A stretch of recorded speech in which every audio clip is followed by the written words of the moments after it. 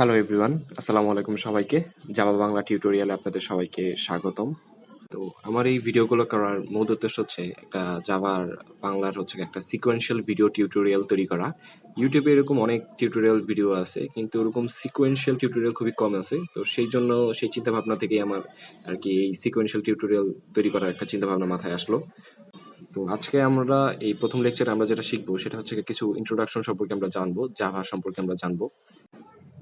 Java হচ্ছে একটা multi platform object oriented base একটা প্রোগ্রামিং ল্যাঙ্গুয়েজ। এটা হচ্ছে প্রথম 1995 সালে সান মাইক্রোসিস্টেম নামে কোনো একটা কোম্পানি এটা হচ্ছে প্রথম রিলিজ করছিল। বর্তমানে মোটামুটি প্রায় 3 বিলিয়ন ডিভাইসের মধ্যে হচ্ছে এই জাভা দ্বারা হচ্ছে চলে।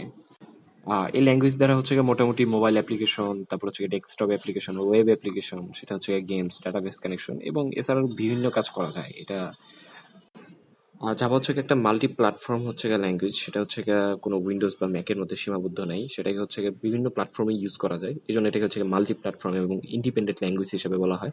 এছাড়া জাভাতে হচ্ছে এরর হ্যান্ডেলিংটা খুব ইজি। হ্যাঁ, সেখানে হচ্ছে খুব ইজিলি হচ্ছে আমাদের যে ইরর গুলো হয় কোডিং এর সময়, সেই ইরর গুলো হচ্ছে খুব ইজিলি হচ্ছে হ্যান্ডেল করা যায়।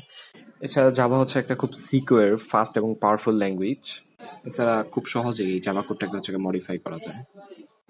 এখন প্রশ্ন হচ্ছে কেন এটাকে একটা ইন্ডিপেন্ডেন্ট ল্যাঙ্গুয়েজ বলা হয়, কেন এটাকে মাল্টি প্ল্যাটফর্ম বলা হয়। এটার একটা কারণ হচ্ছে আমরা যদি সি অথবা সি শার্প দেখি, সি প্লাস প্লাস দেখি, ওইগুলো হচ্ছে কোনো দেখা গেছে কোনো একটা নির্দিষ্ট অপারেটিং সিস্টেম বেসড হচ্ছে ল্যাঙ্গুয়েজ। হ্যাঁ, কিন্তু জাভার ক্ষেত্রে কিন্তু বিষয়টা মোটেও এরকম না। জাভার ক্ষেত্রে হচ্ছে একটা থার্ড পার্টি অ্যাডন থাকে, যেটা হচ্ছে জেভিএম বলা হয়। হ্যাঁ, তো যখন আমরা হচ্ছে কোড করি, সেই কোডটাকে হচ্ছে জাভা কম্পাইলার হচ্ছে একটা বাইট করে হচ্ছে জেনারেট করে, এবং সেই জেনারেটটা হচ্ছে এক্সিকিউট হয় জেভিএম এর মাধ্যমে, যার ফলে হয় কি যেটা সেটা উইন্ডোজেও চালানো যায়, সেটা হচ্ছে ম্যাকও সাপোর্ট করে, সেটা হচ্ছে লিনাক্সও সাপোর্ট করে, মোটামুটি সবগুলো প্ল্যাটফর্মই সেটা সাপোর্ট করে। কিন্তু অন্যান্য যেমন সি দেখি বা সি প্লাস প্লাস দেখি, ওইগুলো হয় কি যে একটা কোড কিন্তু মানে উইন্ডোজের জন্য বানালে সেটা উইন্ডোজের জন্যই কাজ করে, সেটাকে নিয়ে আমরা যদি আবার হচ্ছে একটা ম্যাকে ট্রাই করি বা লিনাক্সে ট্রাই করি, সেখানে কিন্তু সেই কোডটা কিন্তু কাজ করে না। কিন্তু জাভার ক্ষেত্রে কিন্তু বিষয়টা মোটেও এরকম না।